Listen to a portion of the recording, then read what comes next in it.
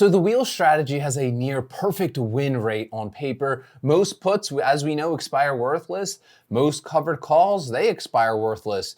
Premium collected, rinse, repeat. The content that teaches the wheel focuses almost entirely on that high win rate. And it's not wrong, but a win rate and outcome are not the same thing. The wheel strategy fails in specific predictable ways that have nothing to do with your strike selection, your expiration timing. They have to do with the conditions that you enter into and the decisions that you make when things don't go according to plan. And that's what I want to talk about in today's video, right? Because the wheel strategy works by cycling through two phases, as we all know. In phase one, you sell that cash secured put on a stock that you're willing to own, right? You collect that premium. If the stock stays above your strike, you obviously keep the premium and we rinse and repeat. If it falls through your strike, obviously you're assigned at expirations, you buy the shares at the price you agreed to. In phase number two, you now own the stock and you sell covered calls to collect obviously more premium while waiting for the stock to either get called away at a profit or for you to reduce your cost basis enough that you'd be comfortable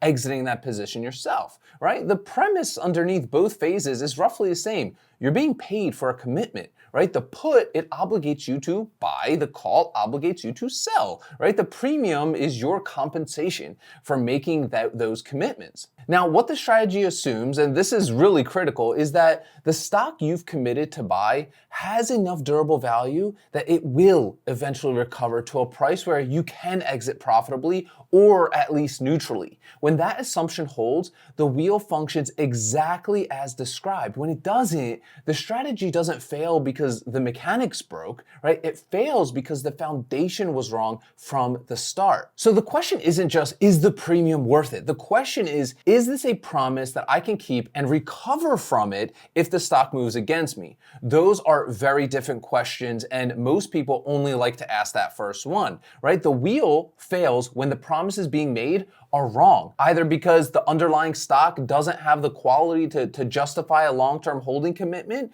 right? Because let's say the position size makes one bad assignment absolutely catastrophic on us, or because the market environment makes it impossible to sell covered calls at prices that actually move you forward, right? Understanding which of those failure modes, right, you're walking into changes how you should size, select, and manage literally every single position. So let's talk about failure mode one, the wrong underlying, right? This is where the majority of the wheel failures actually originate, and it's almost entirely a pre-trade problem. Look, when you sell that cash secured put, you're committing to own the stock at that strike price.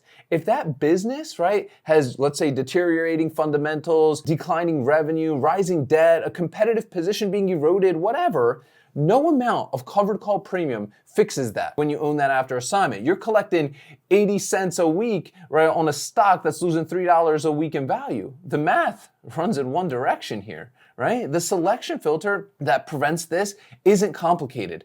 Only sell puts on businesses that you've analyzed and would genuinely want to own for 12 to 18 months if assigned. Not stocks that you would tolerate owning, stocks that you'd actually want to own. That distinction almost eliminates most of the tempting high premium setups that look attractive on the surface because they're attached to businesses the market is correctly pricing with uncertainty. Look, high implied volatility is a signal, not always just an opportunity. When a stock's options are pricing in elevated uncertainty, the market is telling you something about the risk of owning that business, right? Sometimes the market is wrong and the premium is worth taking, but more often the premium reflects a risk that you're about to carry on. If you want to see my stock selection process on how I find dividend paying stocks, good quality businesses to run the wheel strategy on, I cover all that in my Ark Options Strategy workshop. So click the first link in the description of today's video. At the end of that training as well, I give you my 2 premium calculators as well as my full trade log template completely for free. So click that link down below. So let's talk about failure mode number 2, oversizing a single position. The wheel creates a very specific concentration risk that's easy to underestimate, okay? You run the wheel, let's say on 5 stocks, 3 of them are in the same sector, right? Let's say the sector corrects and you're assigned on all 3 in the same exact week. Suddenly, 60% of your liquid capital is tied up in a handful of declining positions. Your covered call strikes are all below your cost basis, and you have no free capital to take advantage of better setups elsewhere.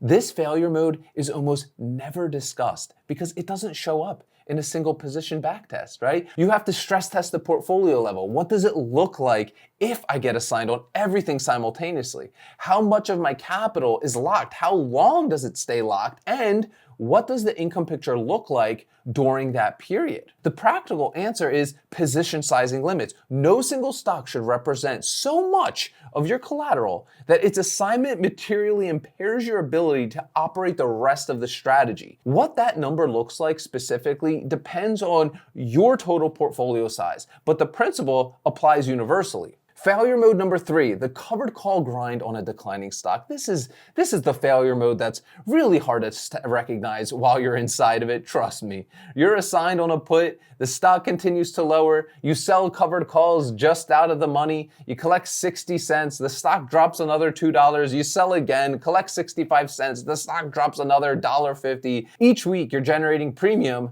but the position is losing more than you're actually collecting. The activity feels productive. You're doing something, right? You're managing the position while the actual outcome is quietly getting worse for you. The trap here is confusing motion with progress, right? Selling covered calls is not automatically moving you forward. It's only moving you forward if premium you collect outpaces the decline in the underlying stock. When a stock is in a genuine downtrend, right, and let's say not just a temporary pullback, but a business that's actually deteriorating, no covered call cadence can close that gap for us, right? The exit discipline required here, it's painful but important. If the business has changed in a way that makes you no longer want to own it in any reasonable price, the right move is to close the position at a loss and just redeploy your capital. The cost of staying is not just the current loss, it's the opportunity cost of the capital that could be working in a better setup elsewhere. Failure mode number 4, volatility collapse after entry. This one is less about catastrophe and more about slow frustration that causes people to abandon the strategy prematurely, right? Look, the wheel generates its best premiums during elevated volatility environments. We know that when the VIX spikes up, when a stock has a volatile event, when the market is uncertain, that's when put and call premiums are the richest. Many people love to enter the wheel during those periods, right? They see the premium numbers, they build expectations, and then watch those numbers compress as conditions start to normalize. A stock that generated, let's say, $350 per month in put premium during a volatile market period might generate $110 per month in calm markets. Neither number is wrong. Both reflect fair pricing for the risk the market perceives at that specific moment. But an investor who sized their portfolio around $3.50 expectation and, let's say, committed to specific income targets will struggle when reality delivers $1.10. The adjustment required is treating premium as a variable income, not fixed income.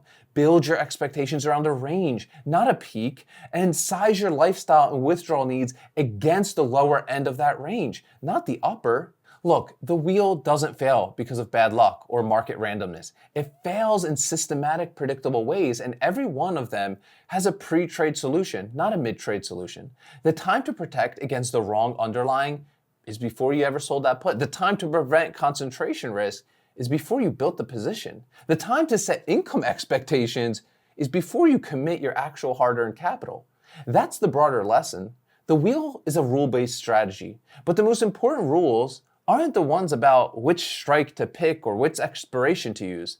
They're the rules about what you're willing to own, how much of your capital you're willing to commit to any idea, and what conditions change your willingness to hold a position versus exit it cleanly. Most wheel strategy content optimizes the mechanics, right? The mechanics, they're the easy part, right? We know that. The hard part, and the part that determines whether the strategy actually works for you over years, is the discipline, right? It's the discipline around those pre-trade decisions. The failure modes I described, they're not theoretical for me.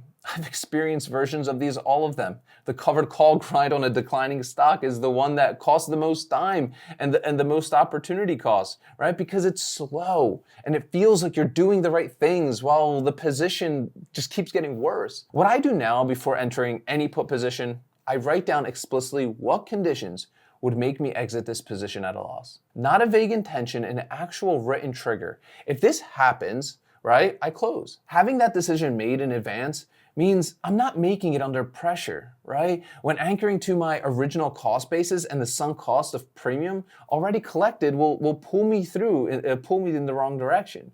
That one habit, pre-deciding the exit condition, has done more to prevent the worst failure modes than any improvement in strike selection. So a few questions for you guys in the comments. Great conversations in there as always. Which of these 4 failure modes have you personally experienced?